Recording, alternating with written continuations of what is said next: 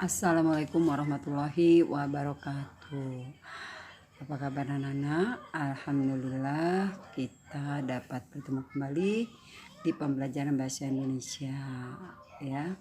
Sebelum belajar, mari kita berdoa terlebih dahulu dengan membaca basmalah. Bismillahirrahmanirrahim. Rabbi zidni ilman nafi'ah warzuqni fahman wasi'ah. Amin.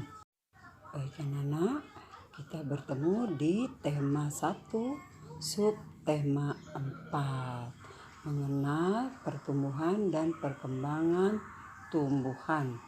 Masuk ke dalam pelajaran bahasa Indonesia.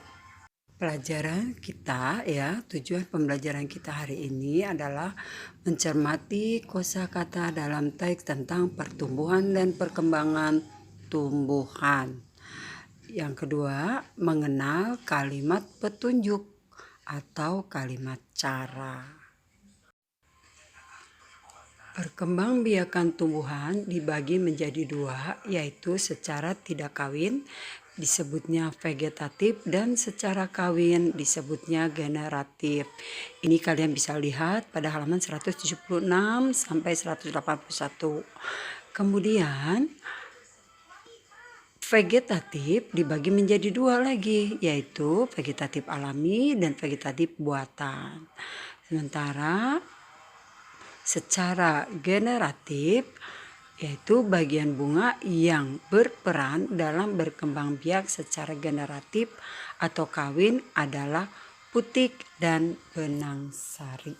Ini hanya penjelasan tambahan ya nak ya. Anak-anak, kalian juga perlu tahu perkembangbiakan tanpa bantuan manusia disebut perkembangbiakan vegetatif alami tanpa bantuan manusia. Perkembangbiakan berasal dari tumbuhan induknya.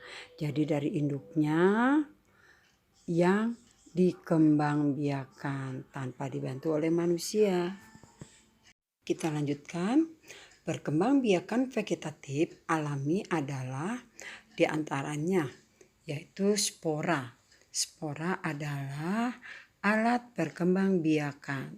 Itu bintik-bintik hitam pada tumbuhan paku. Itu adalah spora. Kemudian umbi. Umbi ini dibagi menjadi beberapa. Ada umbi adalah bagian tanaman yang menggembung dan tertanam di dalam tanah. Ini juga umbi bisa dijadikan sebagai alat perkembangbiakan. Macam-macam umbi nanti ibu akan jelaskan secara terpisah, yaitu umbi lapis, umbi batang, dan umbi bakar. Kemudian umbi akar maksud ibu. Kemudian yang ketiga adalah rizoma.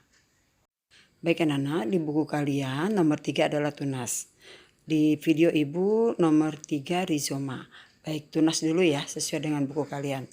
Tunas itu adalah tumbuhan anakan, yaitu seperti di pohon pisang. Di sebelahnya itu di bagian sisinya suka ada tumbuh kecil, pisang kecil. Nah itu adalah tunas. Yang selanjutnya adalah geragi atau stolon. Ya, batang yang menjalar di permukaan tanah. Pohonnya merambat. Nah, batangnya inilah yang dijadikan ya sejenis tumbuhan akar ya. Batangnya inilah yang dijadikan alat perkembangbiakannya. Selanjutnya yang kelima adalah rizoma. Ya. Rizoma akar tinggal atau akar tongkat. Sebenarnya rizoma adalah batang yang menjalar di bawah tanah. Nah, rizoma terdapat pada tanaman kunyit. Kalian suka lihat ada pohon kunyit, dia tumbuhnya di bawah, batangnya ke dalam tanah. Nah, kunyitnya itulah yang dijadikan alat perkembangbiakan ya. Kunyitnya tentunya yang sudah tua, yang sudah siap untuk dijadikan alat perkembangbiakan. Nah, sampai di sini semoga anak-anak paham ya. Ini tentang perkembangbiakan vegetatif yang tadi Bu katakan tentang umbi yang kita jelaskan secara terpisah. Di sini ada umbi tadi dibagi menjadi 3 ya. Yang pertama, umbi lapis. Bentuknya berlapis-lapis atau menggelembung ya, menggelembung, berair dan memiliki sisik-sisik daun. Nah, itu biasanya seperti bawang. Ya, kalau kalian buka dia ada lagi kelopaknya, bagian kelopak-kelopak itulah yang disebutnya umbi. Kemudian adalah umbi batang. Umbi batang yang membesar dan berisi bagian batang tersebut berisi cadangan makanan seperti kentang ya. Kemudian apalagi selain kentang, kalau umbi batang apalagi selain kentang? Iya, ubi ya, itu juga betul, kalian pintar. Kemudian umbi akar. Umbi akar membesar dan berisi cadangan makanan. Lihat, perhatikan pada gambar, itu pohon singkong ya. Atau di buku kalian bisa baca juga di halaman 176 dan 177. Baik, kita lanjutkan. Perkembangbiakan vegetatif atau buatan, artinya dibantu oleh manusia untuk berkembang biaknya suatu tumbuhan. Ini ada beberapa caranya. Di sini Ibu tampilkan ada 6 cara. Yang pertama, stek, kemudian mencangkok, kemudian okulasi, mengenten, merunduk, dan kultur jaringan. Ibu jelaskan satu persatu perkembangbiakan vegetatif buatan atau dengan bantuan manusia tadi ya. Yang pertama, stek, menanam bagian tumbuhan yang dipotong. Yang kedua, mencangkok, membungkus bagian batang yang telah dikuliti dengan tanah sampai tumbuh akar. Kemudian okulasi, menggabungkan mata tunas suatu tumbuhan pada batang tumbuhan lain. Dan yang keempat, mengenten, menggabungkan 2 tanaman yang sejenis. Lalu merunduk, menyentuhkan ranting atau cabang pada tanah, kemudian menimbunnya sampai dia bisa tumbuh kembali. Kemudian yang terakhir adalah kultur jaringan, yaitu menanam jaringan suatu tumbuhan pada media atau tempat tanah di ruang khusus.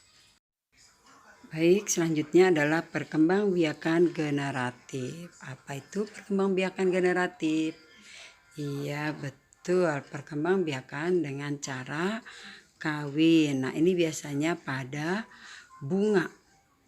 Bunga ada yang lengkap dan ada juga yang tidak lengkap. Yang pertama kita perhatikan, bunga lengkap terdiri atas kelopak, mahkota, benang sari, putik ya. Kemudian setelah putik, kepala sari, kemudian mahkota ya. Selanjutnya benang sari terdiri atas tangkai sari dan kepala sari. Pada kepala sari terdapat kotak sari yang berisi serbuk sari. Serbuk sari inilah yang merupakan sel kelamin jantan. Baik anak-anak, setelah kita menentukan kosakata tadi ya pada wacana yang sudah Ibu buat dengan ringkasannya, sekarang kita akan masuk kepada tujuan pembelajaran yang kedua, yaitu kalimat petunjuk. Apa itu kalimat petunjuk? Yaitu kalimat yang memberikan langkah-langkah melakukan sesuatu secara urut atau sistematis. Kemudian ciri-cirinya apa kalimat petunjuk? Nah, ciri-cirinya diantaranya adalah diawali dengan kata kerja yang berimbuhan kan atau i. Kemudian kalimat disusun secara urut dan sistematis. Kalimatnya bernada perintah atau mengarahkan. Contohnya, buatlah gambar mozaik dari biji-bijian. Ya. Yang kedua contohnya, ikuti petunjuk membuat keripik singkong berikut ini. Ini ada di halaman 198 atau 207. Cara membuat keripik singkong. Ada petunjuknya. Nah, petunjuk itulah yang disebut kalimat petunjuk atau kalimat cara. Baik anak-anak, kita tutup pelajaran hari ini. Semoga kalian dapat menyimak dan menerima pelajaran dengan baik. Kita akan tutup dengan membaca doa kafaratul majelis. Subhanaka Allahumma wa bihamdika asyhadu an la ilaha illa anta astaghfiruka wa atubu ilaik. Alhamdulillah kita selesai hari ini. Wassalamualaikum warahmatullahi wabarakatuh.